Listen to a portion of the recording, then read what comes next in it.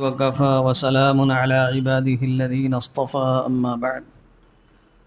أعوذ بالله من الشيطان الرجيم. بسم الله الرحمن الرحيم. وما أرسلناك إلا رحمة للعالمين. صدق الله العظيم. اللهم صل وسلم وبارك على حبيبك سيدنا مولانا محمد وآله. محترم بزرگوں اور دوستوں، عزیز دینی بھائیوں، رسول اللہ صلی اللہ علیہ وسلم کی سیرت اور ان کی زندگی کا بیان چل رہا ہے۔ اس سے پہلے جمعوں میں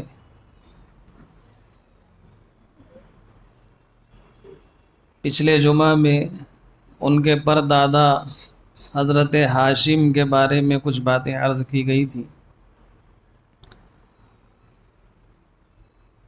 ان کے بیٹے تھے عبد المطلب، یعنی جو ہمارے نبی صلی اللہ علیہ وسلم کے دادا تھے، اور ان کا نام اصل میں شیبہ تھا۔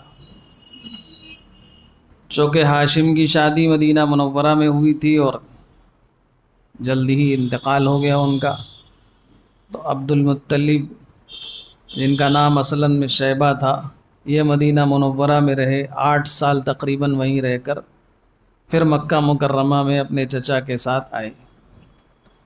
پھر جب اللہ تعالیٰ نے ان کو عمر دی، بڑے ہوئے، تو خانہ کعبہ کی تولیت اور وہاں کی ذمہ داریاں ان کے سپرد ہوئی، قریش کے سردار بنے۔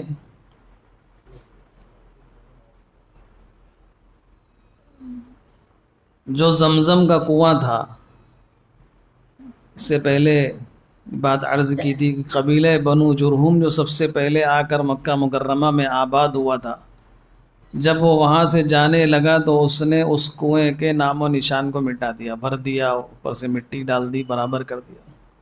لوگوں کو یہ تو پتہ تھا بعد میں کہ یہاں ایک زمزم کا کنواں تھا، اس سے زمزم کا پانی نکلتا تھا، متبرک پانی تھا، اس کی تاریخ سے واقف تھے، لیکن وہ کنواں کہاں تھا یہ دھیمے دھیمے بھول گئے، صدیوں گزر گئی تھی۔ جب عبد المطلب بڑے ہوئے اور ان کے ہاتھ میں وہاں کی قیادت آئی، سرداری آئی، تو اللہ تعالیٰ نے ان کو خواب میں دکھایا کہ فلاں جگہ کھودو، وہاں زمزم کا کنواں ہے۔ انہوں نے اٹھ کر لوگوں سے بتایا کہ اللہ نے ایسا ایسا خواب دکھایا ہے، اور چلو ایک کھدائی کرتے ہیں، نکل آئے گا زمزم۔ پانی کی ویسے بھی قلت تھی وہاں، تو کوئی تیار نہیں ہوا کہ اس کوئی ساتھ دینے کے لیے۔ تو ان کے ایک بیٹے تھے جن کا نام حارث تھا، ان کو ساتھ میں لے کر کھدائی شروع کی، اور نکل آیا پانی وہاں سے، کنواں مل گیا۔ تو اس وقت انہوں نے یہ منت مانی کہ اکیلے باپ بیٹے مل کر بہت زحمت ہوئی کھودنے میں، کہ اگر میرے اور زیادہ اولادیں ہوتی، میرا ساتھ دیتی تو کام آسان ہو جاتا۔ تو منت مان لی ایک کہ اگر میرے 10 بیٹے ہو گئے تو ایک بیٹے کو اللہ کی راہ میں قربان کر دیں گے۔ چونکہ ظاہر سی بات ہے، کفر و بت پرستی تو شروع ہو چکی تھی، تو کسی نہ کسی اعتبار سے خداؤں کے نام پر، بتوں کے نام پر بلی دینے کا رواج تھا، اور آج بھی مشرق قوموں میں یہ رواج ہے۔ تو انہوں نے منت مان لی۔ اللہ کی شان، اللہ تعالیٰ نے 10 بیٹے عطا فرما دیے۔ تو اب ان کو فکر ہوئی کہ اب منت پوری کی جائے، ہم نے جو مانی تھی بات، تو اب کس بیٹے کو قربان کریں؟ سارے بیٹوں کا نام لکھ کر ایک جگہ ڈالا، قرآن اندازی جس کو کہتے ہیں، نام نکالا تو نام نکلا عبداللہ کا، جو ہمارے نبی حضرت محمد الرسول اللہ صلی اللہ علیہ وسلم کے باپ بننے والے تھے، ان کا نام نکل آیا، اور وہ سب سے چہیتے تھے۔ تو اب نام نکل آیا، منت تو پوری کرنی تھی، ٹھیک ہے اللہ کے راستے میں قربان کر دیں گے، چونکہ منت مانی تھی۔ لے گئے، لے جا کر لٹا بھی دیا، تو قبیلے کے سردار اور بہنیں آ گئیں کہ یہ مت کریے، اتنے چہیتے بیٹے کو اس طرح سے قربان مت کریے۔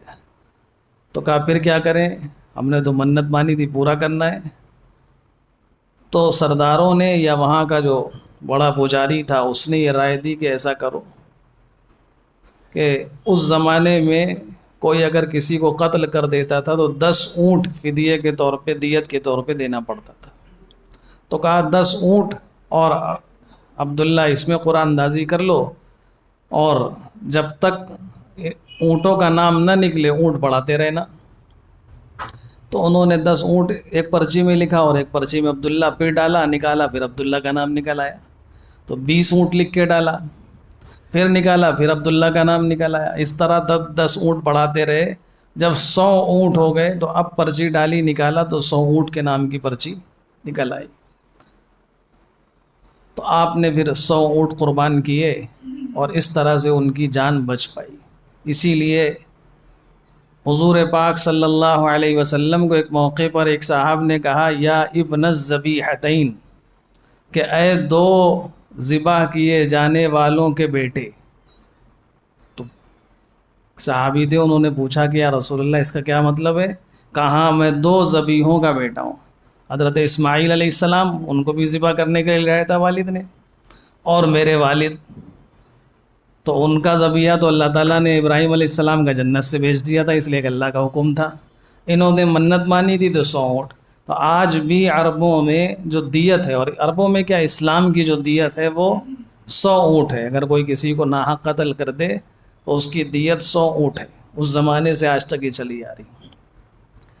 تو اس طرح سے اللہ تعالیٰ نے پھر جب عبداللہ تھوڑے بڑے ہوئے، شادی ہوئی، اور اللہ کی شان کے حضور پاک صلی اللہ علیہ وسلم کی ولادت سے پہلے ہی حضرت عبداللہ کا انتقال ہو گیا۔ آپ کی پوری زندگی رسول اللہ صلی اللہ علیہ وسلم کی، یعنی جتنے سہارے دنیا میں ہو سکتے ہیں اللہ تعالیٰ نے وہ سارے سہارے ہٹا دیے تھے۔ آئندہ انشاءاللہ اس پہ تفصیل سے گفتگو کریں گے، ابھی چونکہ وقت نہیں ہے۔ تو حضرت حضور صلی اللہ علیہ وسلم کی ولادت سے 50 یا 55 روز پہلے ایک بہت ہی اہم واقعہ مکہ مکرمہ میں پیش آیا، جو عربوں کی تاریخ کا ایسا واقعہ تھا کہ عرب اس واقعے سے اپنی چیزوں کو یاد رکھتے تھے۔ واقعہ عام الفیل، اور قرآن پاک میں اللہ تعالیٰ نے سورہ فیل میں الم تر کیف فعل ربک باصحاب الفیل میں اس کا ذکر کیا۔ یمن جو حبشہ کا ایک ماتحتی میں علاقہ تھا، حالانکہ ایشیا میں تھا اور حبشہ افریقہ میں تھا، لیکن حکومت وسیع ہوتی تھی، تو وہاں کا جو گورنر تھا اس کا نام تھا ابرہہ، یمن کا، حبشہ کی جانب سے۔ اس نے دیکھا کہ لوگ سارے جزیرۃ العرب کے مکہ مکرمہ جاتے ہیں اور کعبہ کا طواف کرتے ہیں۔ پرانے زمانے سے، ابراہیم علیہ السلام کے زمانے سے طواف ہو رہا تھا، اس کا حج کرنے جاتے تھے لوگ، حالانکہ وہاں کچھ بھی نہیں ہے، نہ رہائشی اعتبار سے کوئی چیز ہے، پہاڑ ہیں، تکلیف ہوتی ہے، پانی بھی نہیں ہے، اور خود اس کعبہ میں کوئی خاص چیز نہیں ہے، ایک چوکور عمارت بنی ہوئی ہے۔ تو اس نے یمن کے اندر صنعاء، جو اس کی دارالسلطنت تھی، اس میں بہت شاندار، بہت قیمتی، یعنی اس کی تفصیلات کتابوں میں لکھی ہیں، بہت مہنگا، بڑا خوبصورت ایک گرجا گھر بنوایا۔ اور بنوانے کے بعد اب سب جگہ اعلان شروع کیا کہ سارے لوگ کعبہ کے بجائے یہاں آ کر طواف کریں، حج کریں، یہاں آئیں، وہاں نہ جائیں۔ تو عربوں کے دل و دماغ میں جو کعبہ کا تصور تھا، اس کی عظمت تھی، بہت برا لگا کہ ہمارے کعبہ کے مقابلے میں کسی نے بنا دیا۔ تو مکہ 2 روایات آتی ہیں، ایک روایت یہ آتی ہے کوئی مکی وہاں گیا اور اس نے سفر ہو رہا تھا تو کھانا پکانے کے لیے آگ جلایا، وہ آگ اڑی، چنگاری اس میں لگی اور پورا جل کر خاکستر ہو گیا وہ گرجا گھر جو بنایا تھا۔ اور بعض روایات میں آتا ہے کہ کسی نے جا کر اس میں غلاظت کر دی اور سب دیواروں میں لگا دی، گندہ کر دیا۔ تو ابرہہ کو جب پتہ چلا تو اس کو بہت غصہ آیا، اور اس نے کہا کہ اب پہلے خانہ کعبہ کو توڑیں گے، اس کے بعد پھر دوبارہ اس کو تعمیر کریں گے۔ لشکر بہت بڑا 60,000 کی تعداد، اتنا بڑا لشکر لے کر چلا خانہ کعبہ کو توڑنے، اور ہاتھیوں کو ساتھ میں لے لیا۔ عربوں میں، جو کہ عرب ریگستان کا علاقہ ہے، ہاتھی جہاں جنگلات ہوتے ہیں وہاں رہتے ہیں، عربوں نے نہ ہاتھی دیکھا تھا، ہاں سن رکھا تھا بڑے خطرناک جانور ہوتے ہیں وہ، تو کسی کی ہمت نہیں ہوئی۔ کچھ قبیلوں نے روکنے کی کوشش کی، ہار گئے، تو وہ دھیمے دھیمے پورے مکہ مکرمہ تک پہنچ گیا قریب میں۔ جب اس نے قریب میں، اس کی وہ اونٹ وغیرہ چل رہے تھے مکے کے لوگوں کے، پکڑ کے لے گئے۔ تو جو عبد المطلب تھے رسول اللہ صلی اللہ علیہ وسلم کے دادا، اس وقت قریش کے سردار، انہوں نے جا کر اس سے ملاقات کی۔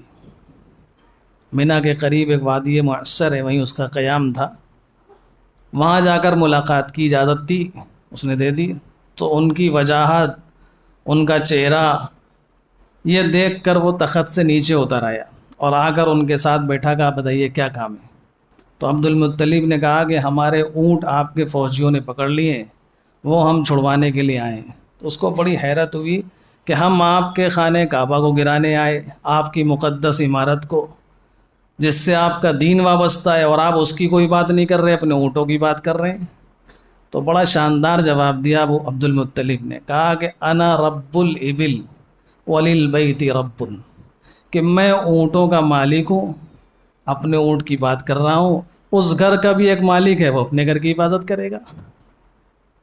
تو اس نے کہا کہ آج کوئی حفاظت نہیں کر سکتا اس کی، اتنی طاقت اور پاور میرے پاس ہے، کوئی بچا نہیں سکتا خانہ کعبہ کو۔ تو عبد المطلب نے کہا تم جانو وہ جانے، یعنی جس کا گھر ہے۔ یہ کہہ کر چلے آئے، وہ اونٹ واپس لے آئے اپنے۔ اب جب اس نے اپنے لشکر کو مکہ مکرمہ کی طرف بڑھانا شروع کیا، وہ ہاتھی جو لے کر آیا تھا، تو کوئی ہاتھی آگے چلنے کے لیے تیار ہی نہیں، دوسری طرف پھیر رہا ہے منہ، تو چل رہے ادھر، بڑھنے کے لیے تیار نہیں۔ بہرحال بڑی کوششوں کے بعد جب جیسے ہی آگے بڑھنے کا ارادہ کیا، اللہ تعالیٰ نے چھوٹے چھوٹے پرندوں کو بھیجا، اور ہر پرندے کے ایک چونچ میں 2 پنجوں میں چھوٹے چھوٹے پتھر تھے، وہ لشکر کے اوپر گرے، اور پورا کا پورا لشکر، یعنی ایسا ہوا، قرآن نے اس کا نقشہ کھینچا ہے، فَجَعَلَهُمْ كَعَصْفٍ مَأْكُولٍ، ایسا ہو گیا جیسے کھایا ہوا بھوسا، یعنی جس فوجی کے اوپر گرتا تھا تو وہ قیمے کا ڈھیر بن جاتا تھا۔ جیسے قربانی وغیرہ میں ہم لوگ دیکھتے ہیں، جب اوجھڑی نکلتی ہے اس کے اندر جو بھوسا ہوتا ہے کیسی شکل میں، ایسے ہو گئے سارے، ہاتھی کے اوپر گرتا تو ہاتھی ایسے ہی ہو گئے۔ خود ابرہا، جس کو بڑا ناز تھا اپنی فوج پر، اپنے ہاتھیوں پر، اس کو ایسی بیماری لگی کہ اس کے جسم کے حصے کٹ کٹ کے گرنے لگے۔ واپس پہنچتے پہنچتے یمن تک اتنا جسم کا حصہ گر گیا تھا کہ اندر کا دل نظر آنے لگا تھا، اور پھر وہاں جا کے مر گیا۔ اس واقعے سے پورے عرب کے اندر قریش کی ایک دھاک بیٹھ گئی کہ بڑے، یعنی اللہ تعالیٰ نے ان کی کھلی ہوئی مدد کی، اور اس میں ایک اشارہ بھی ہو گیا کہ اب کوئی بہت بڑا واقعہ وہاں ہونے والا ہے، پیش آنے والا ہے، اللہ تعالیٰ نے اتنی مدد فرمائی۔ اس واقعے میں ہم لوگوں کے لیے تو ایک سبق یہ ہے کہ دنیا میں ہمیشہ ایسا ہوا ہے، جب ظالموں کو تھوڑی طاقت مل جاتی ہے، کم، یعنی چھوٹے دل والوں کو، ذلیل اور پست لوگوں کو جب ذرا طاقت مل جاتی ہے تو وہ اپنی طاقت کے نشے میں اپنی حقیقت کو بھول جاتے ہیں۔ وہ سمجھ رہا تھا میرے پاس ہاتھی ہے، ہم سب کو تباہ و برباد کر دیں گے، بڑی بڑی زنجیریں لے کر آیا تھا، خانہ کعبہ کو باندھیں گے اور ہاتھیوں سے کھینچ کے گرا دیں گے۔ آج بھی کچھ لوگوں کو کسی چیز پہ فخر ہے، کسی چیز پہ بلڈوزر ہے ہمارے پاس، یہ کر دیں گے، وہ کر دیں گے۔ ایمان والوں کو ہمیشہ اللہ کی طاقت پر بھروسہ رکھنا چاہیے، کوئی کچھ نہیں کر سکتا، کسی کے اندر کیا طاقت ہے؟ اگر ہمارا اللہ سے رابطہ صحیح ہے تو کوئی دنیا کی طاقت کچھ نہیں کر سکتی۔ ہاں، ہمارا ہی رابطہ ختم ہو جائے اللہ سے، ہم نام کے مسلمان رہ جائیں، تو پھر اللہ تعالیٰ نے ایسا کوئی وعدہ نہیں کر رکھا حفاظت کا۔ اور اللہ تعالیٰ نے اپنی قدرت یہ دکھائی کہ ہاتھی اتنے بڑے، اتنی طاقتور فوج اور اس میں اتنے طاقتور ہاتھی، ان کو مارنے کے لیے اللہ تعالیٰ نے کوئی بہت بڑی چیزیں، سب سے چھوٹا کمزور پرندہ بھیجا، بالکل چھوٹا پرندہ، اور اس کے پاس بھی بالکل چھوٹے چھوٹے پرندے کے چونچ میں کتنا بڑا پتھر آئے گا، اس کے ذریعے سے اللہ تعالیٰ نے تباہ و برباد کروا کر یہ بتا دیا کہ اللہ تعالیٰ کے سامنے کسی کی کوئی حیثیت نہیں ہے۔ ہمیشہ اللہ کے اوپر بھروسہ رکھنا چاہیے، اللہ کی قدرت کے اوپر، اللہ کی طاقت کے اوپر۔ کسی بھی دشمن کا ڈر اور خوف دل کے اندر پیدا نہیں ہونا چاہیے۔ کوئی ڈرانا چاہے اور ایمان والا ڈر جائے، اس کا مطلب ایمان میں کمی ہے۔ اللہ تعالی ہم سب کو خوب اچھا سچا پکا ایمان نصیب فرمائے۔ یہ رسول اللہ صلی اللہ علیہ وسلم کی ولادت سے 50 یا 55 روز پہلے واقعہ پیش آیا، اور اسی کے بعد پھر رسول اللہ صلی اللہ علیہ وسلم کی ولادت باسعادت ہوئی، آپ دنیا میں تشریف لائے۔ انشاءاللہ آئندہ جمعہ میں اس پہ تفصیل سے عرض کریں گے۔ اللہ تعالی ہم سب کو سیرت کو جان کر، اس کو سمجھ کر اور ان کی سنتوں پر عمل کرنے کی توفیق عطا